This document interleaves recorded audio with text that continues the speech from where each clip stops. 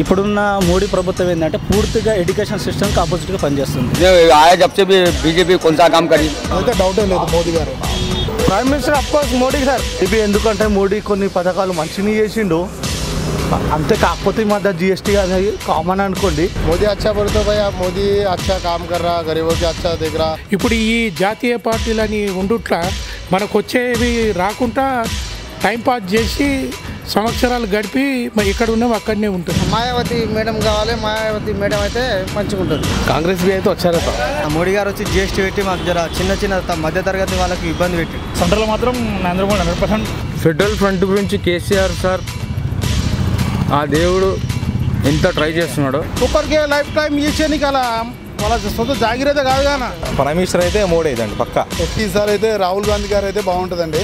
ఇదే మోడీ గారు వచ్చినాక జిఎస్టీ ఫ్లాప్ అయిపోయింది, డబ్బుల విషయం ఫ్లాప్ అయిపోయింది. Welcome to episode 5 of Your Vote is a Weapon. In this episode, the India Thinks team went around Hyderabad to ask people who they would like their next Prime Minister to be. Let's go around and find out. సెంట్రల్లో ఎవరు గెలుస్తారు అనిపిస్తుంది మీకు? సెంట్రల్లో వచ్చేసి కూడా BJP వస్తుండొచ్చు maybe. ఎందుకంటే మోడీ కొన్ని పథకాలు మంచిని చేసిండు, అంతే. కాకపోతే ఈ మధ్య జీఎస్టీ అనేది కామన్ అనుకోండి. కాకపోతే మ్యాక్సిమం అయితే ఇలాంటి అప్పు లేకుండా అయితే చేసిండు మనకు. ఇంతకుముందున్న బీజేపీలా కాకుండా బీజేపీ వాళ్ళు అంటే అంత అప్పు అని చేసి పబ్లిక్ పరిచయం చేసిరు. కానీ ఇదైతే మనకు మంచిగా ఫేవర్ చేసిండు. అయితే అయ్యింది, జిఎస్టీ అలవాటు అయ్యింది, మనలోకి అందరికి అలవాటు అయింది. ముందంటే కొంచెం ఇబ్బంది అయింది, ఇప్పుడు ఓకే సెట్ అయిపోయింది, నో ప్రాబ్లం. అదే పథకాలు కంటిన్యూ అయిపోతే మంచిగానే ఉంటుంది. బీజేపీ వస్తే బాగానే ఉంటుంది సెంట్రల్లో కూడా.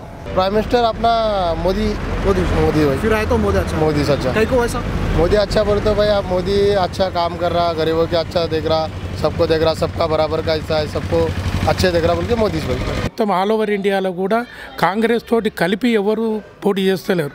ఇప్పుడు యూపీ ఉన్నదనుకో, యూపీలో కూడా మన మాయావతి, అఖిలేష్ యాదవ్, అట్లనే బిజు పట్నాయక్, అట్లనే మమతా బెనర్జీ, ఇట్లా వాళ్ళు సొంతగా గెలిచిన తర్వాత ఒక ఫెడరల్ ఫ్రంట్ ఏర్పడితే ఏ రాష్ట్రానికి ఏం బెనిఫిట్ రావాలనో వాళ్ళు డైరెక్ట్గా చేసుకోగలుగుతారు.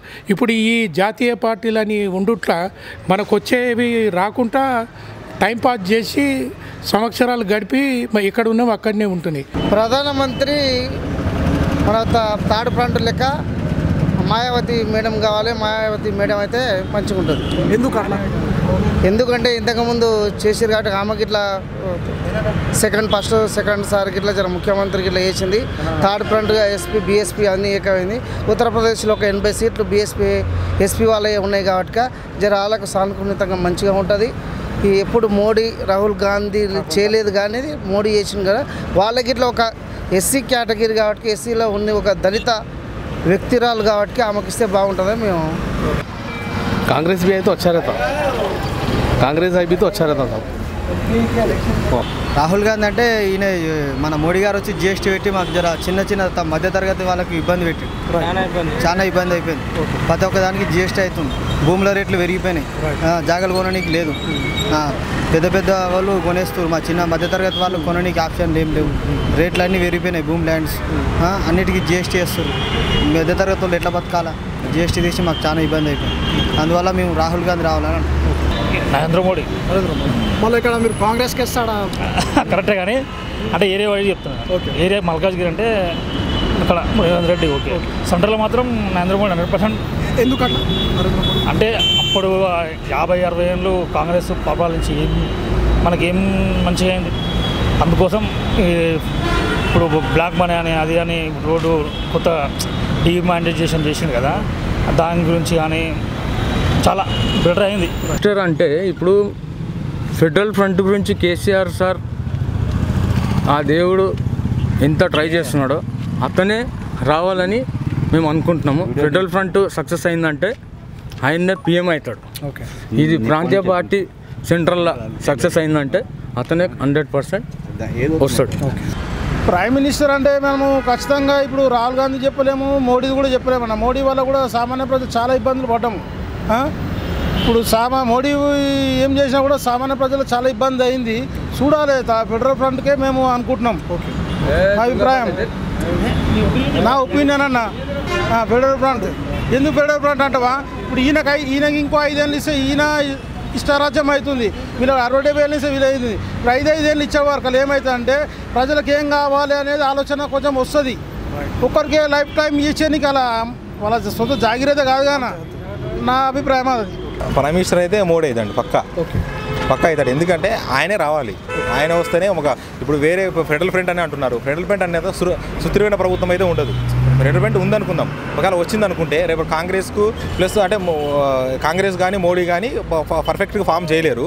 ఒకవేళ చేస్తే మోడీ చేస్తాడు, ఒకవేళ చేయకపోయినా కానీ ఒకవేళ మూడో ప్రభుత్వం ఒకవేళ వచ్చిందనుకో స్థిరత్వమైన ప్రభుత్వం అయితే ఉండదు. స్థిరమైన ప్రభుత్వం ఉండాలంటే కనుక ఐదర్ కాంగ్రెస్ అన్న కావాలి, నేను మోడీనే కావాలి. ఈ కాంగ్రెస్ అయితే ఎట్లా కాదు, ఓన్లీ మోడీ అయితే కనుక సుస్థిరమైన ప్రభుత్వం ఉంటుంది, అన్ని రకాలుగా మంచి జరుగుతుంది. ఈసారి అయితే రాహుల్ గాంధీ గారు అయితే బాగుంటుందండి. ఇదే మోడీ గారు వచ్చినాక జిఎస్టీ ఫ్లాప్ అయిపోయింది, డబ్బుల విషయం ఫ్లాప్ అయిపోయింది. ఏ ఏటీఎం దగ్గర పోయినాక ప్రజలు అడుక్కు తినేలా ఉంది, ఏ ఏటీఎంలో కానీ డబ్బులు ఉండట్లేదు. సో జిఎస్టీ అన్నారు, అదన్నారు, ఇదన్నారు. ఇప్పుడు బార్డర్లో కానీ ఈ మధ్యకాలంలో జరిగింది, కానీ అంతకుముందు కాలంలో ఏం జరగలేదు.